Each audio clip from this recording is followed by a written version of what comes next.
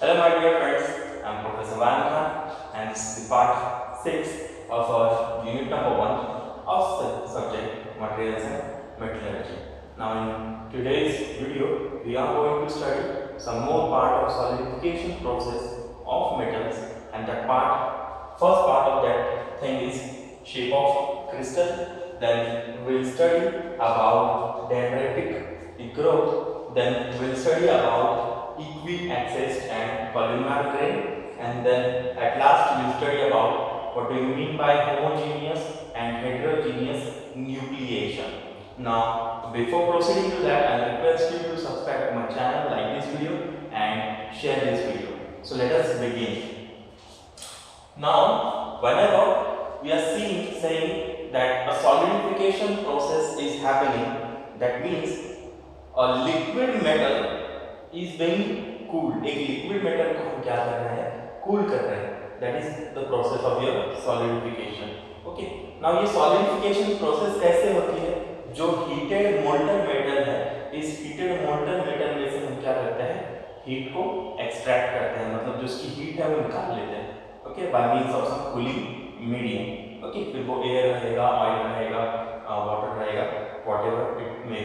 Okay, तो उससे हम क्या करते हैं, हीट को एक्सट्रैक्ट कर लेते हैं, जिसकी वजह से जो हमारे एटम्स है, जो न्यूक्लियस है हमारे मेटल का, वो क्या होता है, वो स्लोली या फास्ट रैपिडली वो क्या हो जाता है, कूल होता है and it forms a solid structure. एक स्ट्रक्चर सॉलिड फॉर्म करता है, इसी को हम बोलते हैं crystal structure. Okay, now this crystal structure और द शेप और the arrangement of this atom is very much dependent on the rate of cooling. जो कूलिंग रेट है, मतलब किस अमाउंट में आप उस हीट को निकाल रहे हो, इसके ऊपर वो बहुत डिपेंड करता है. Okay, now the shape of crystal is a very important part, because this shape of crystal decides how this material will show us the properties. इसकी properties कैसी रहेंगी, इसकी mechanical properties कैसी रहेंगी. ये ductile रहेगा, whether it will be ductile, whether it will be malleable, whether it will be hard, whether it will be a brittle material, whether we can use it for some wire drawing process, whether we can use it for some sheet making process. This all things depends on the shape of crystal. Now this crystal or the growth of this crystal depends on the direction of growth. जो crystal है या उसका जो shape है, ये इस crystal की growth के ऊपर या उसके ग्रोथ के डायरेक्शन के ऊपर बहुत डिपेंड करता है. Okay, suppose this is a point, ये जो सेंटर है, ये पॉइंट से हमारे क्रिस्टल का ग्रोथ स्टार्ट हो रहा है. ओके, हमारे क्रिस्टल की ग्रोथ क्या हो रही है, स्टार्ट हो रही है, and the growth is slowly moving towards this direction. Okay, at the same time it is moving towards this direction also, at the same time it is moving to this end this direction also. But you can see that I have drawn the directions in larger and smaller amount. मतलब ये थोड़ा बड़ा, ये सबसे बड़ा है, ये सबसे छोटा है, ये उससे छोटा है, और ये डायरेक्शन उससे छोटा है. मतलब यहाँ पर हम क्या बताना चाह रहे हैं, यहाँ पर हम ये बता रहे हैं कि जो ग्रोथ ऑफ क्रिस्टल है ये अलग अलग डायरेक्शन में है, बट उसका जो रेट है ग्रोथ का वो अलग अलग है. ओके, अब crystal can grow at larger extent in this direction, it can grow at larger extent in this direction, but at the same time it will show lesser growth in this direction and in this direction. This is because of the cooling rate. जो उसका cooling rate है या जिस हिसाब से उसका जो properties है उस element की, उसका allied element रहेंगे कुछ, फिर वो pure metal है तो उस pure metal की कुछ properties रहेंगी. So because of these things the growth is different in different direction. Okay, now this growth, as I said, is very more dependent on the cooling rate. It is very much dependent on the cooling rate. The growth of crystal कैसे कैसे grow होगा, ये जो है चीज, ये हमारे cooling rate के ऊपर बहुत depend करती है. If the cooling is slow, that means अगर उसको हमने धीरे धीरे स्लो किया, then it favors uniform growth. जो growth दिख रही है ना आपको यहाँ पर, this is not uniform. So if you go for slow cooling, that means if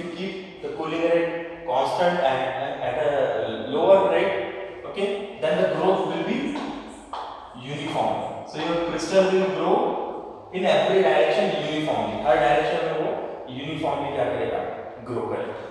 okay, then again it is equal in all direction, हर एक डायरेक्शन में इक्वल अमाउंट में ग्रो होगा.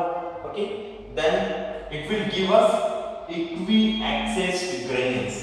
Equi accessed grains, that part will study later on. But equiaxed grain मतलब क्या, equal amount के axis है और उसके जो ग्रेन्स है वो सब उनके एक्सिस जो है वो इक्वल एक्सिस है. जितने भी ग्रेन्स रहेंगे उनके एक्सिस जो रहेंगे that will be equal. Okay, so that is called as equi accessed grains.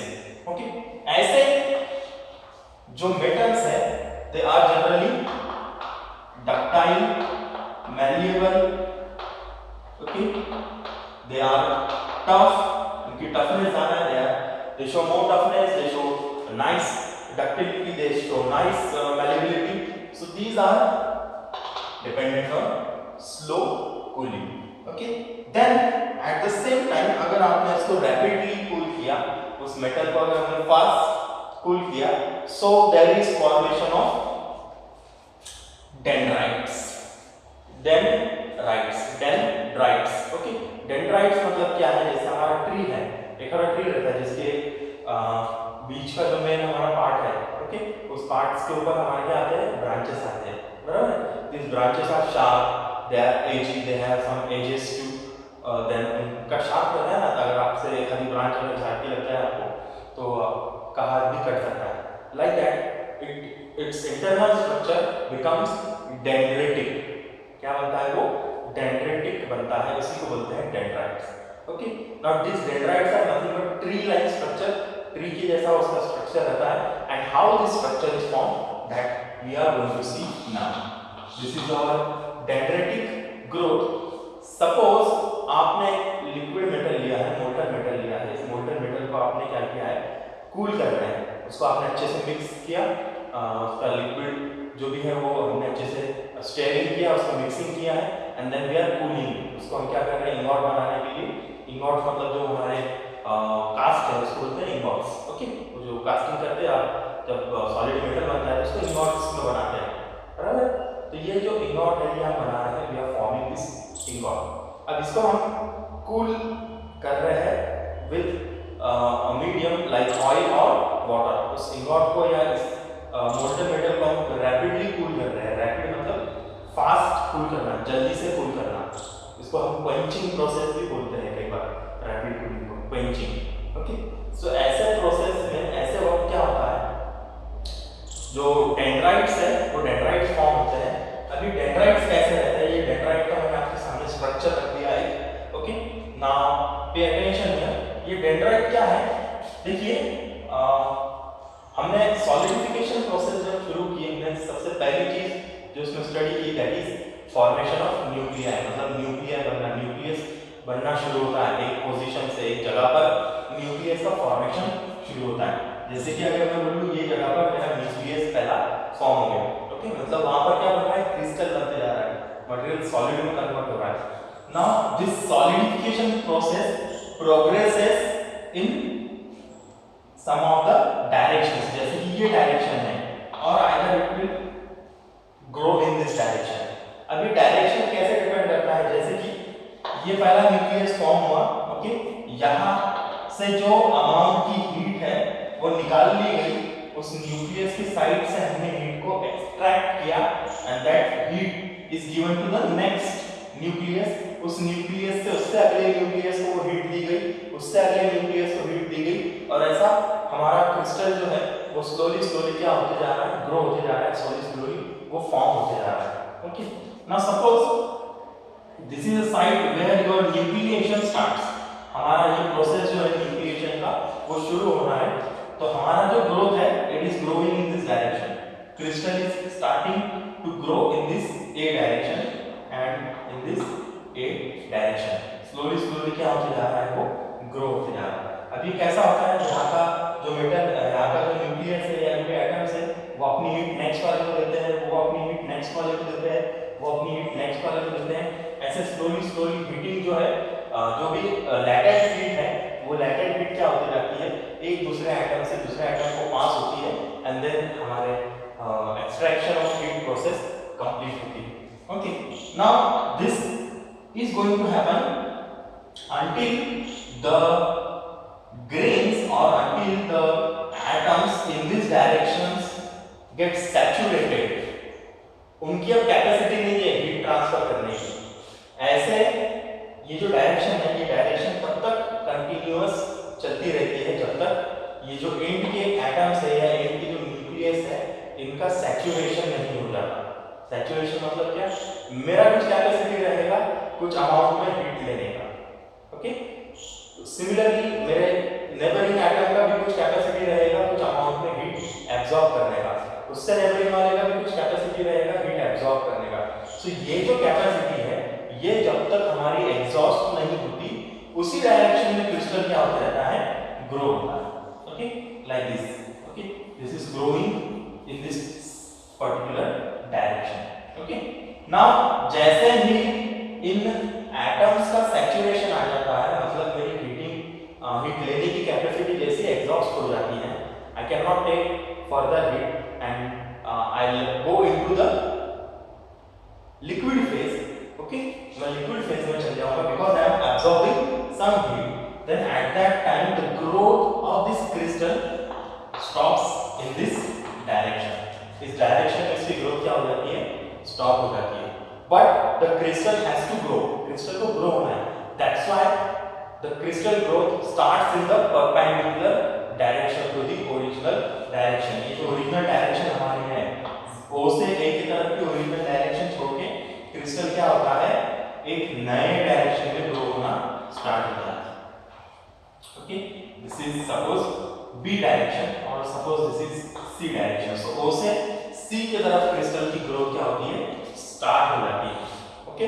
Again that direction is limited until the atoms are saturated. मतलब जैसे इस डायरेक्शन के एटम्स में सैचुरेट हो जाएंगे इस डायरेक्शन की ग्रोथ भी क्या हो जाएगी? स्टॉप होगी। देन वापस से इसके परपेंडिकुलर डायरेक्शन में क्रिस्टल क्या होगा? ग्रोथ होना स्टार्ट होगा। So your original direction is like this. This direction is saturated, ये डायरेक्शन सैचुरेट होगी, crystal will grow in perpendicular direction, ये डायरेक्शन सैचुरेट होगी, again crystal will grow in the original direction, okay. तो जैसे जैसे हमारा crystal का growth एक डायरेक्शन में सैचुरेट होते जाता है वैसे वैसे उससे परपेंडिकुलर डायरेक्शन में नेक्स्ट ग्रोथ शुरू हो जाती है। ऐसी ग्रोथ जब हमारे क्रिस्टल स्ट्रक्चर में देखने मिलती है, so it forms a tree like structure. अगर आप स्ट्रक्चर को देखेंगे so it looks like a tree. एक ब्रांच बढ़ रही है, देन वो ब्रांच का जो ग्रोथ है वो जैसे स्टॉप होता है वहां से दूसरे डायरेक्शन में ब्रांच शुरू हो जा रही है, इस ब्रांच का जैसे डायरेक्शन खत्म होता है इसका ग्रोथ जैसे ही स्टॉप हो जाता है नेक्स्ट डायरेक्शन में ग्रोथ स्टार्ट हो रही है। So this particular structure is called as dendrite, इसको बोलते हैं डेंड्राइट, ओके। देन ये पार्ट कवर हो गया। हमारे यूनिफॉर्म कूलिंग में या जब हम स्लो कूलिंग कर रहे हैं, ऐसी स्लो कूलिंग में जब हम स्ट्रक्चर को फॉर्म करते हैं तो हमको दो टाइप के ग्रेन्स देखने मिलते हैं। First one of them is equi accessed grain and second one is columnar grain. Now this specific ingot, हमने ये क्रॉस सेक्शन लिया है एक इंगॉट का और इस इंगॉट में हमको ग्रेन स्ट्रक्चर देखने मिल रहा है। इसमें का जो सेंटर वाला पार्ट है इसमें अगर आप जो ग्रेन्स है उसको देखोगे so they are of almost equal size.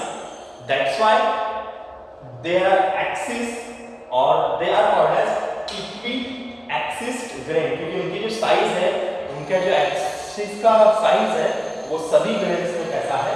Same है, okay. That's why they are called as equiaxed grains, okay.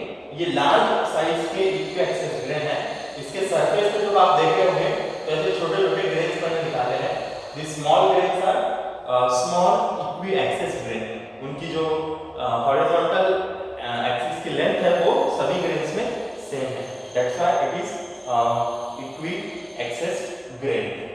And if you see this part, ये जो कॉलम के जैसा जो पार्ट आप देख रहे हैं, दिस वेवी पार्ट जो आप देख रहे हैं, this is columnar grain.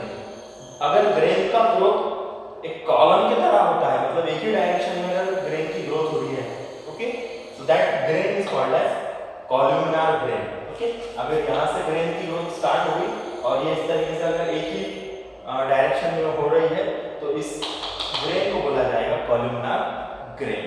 And the last part of our today's topic is homogeneous and heterogeneous nucleation. Now what do you mean by homogeneous and heterogeneous nucleation? See, nucleation normally happens or starts at a specific site.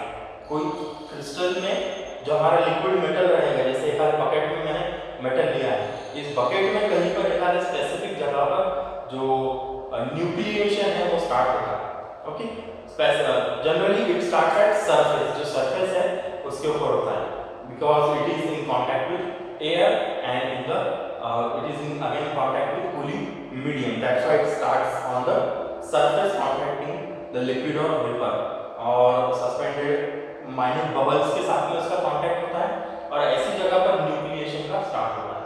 Okay, so if this process happens at a specific surface or at a specific site, the nucleation is happening, then that nucleation is called as homogeneous nucleation.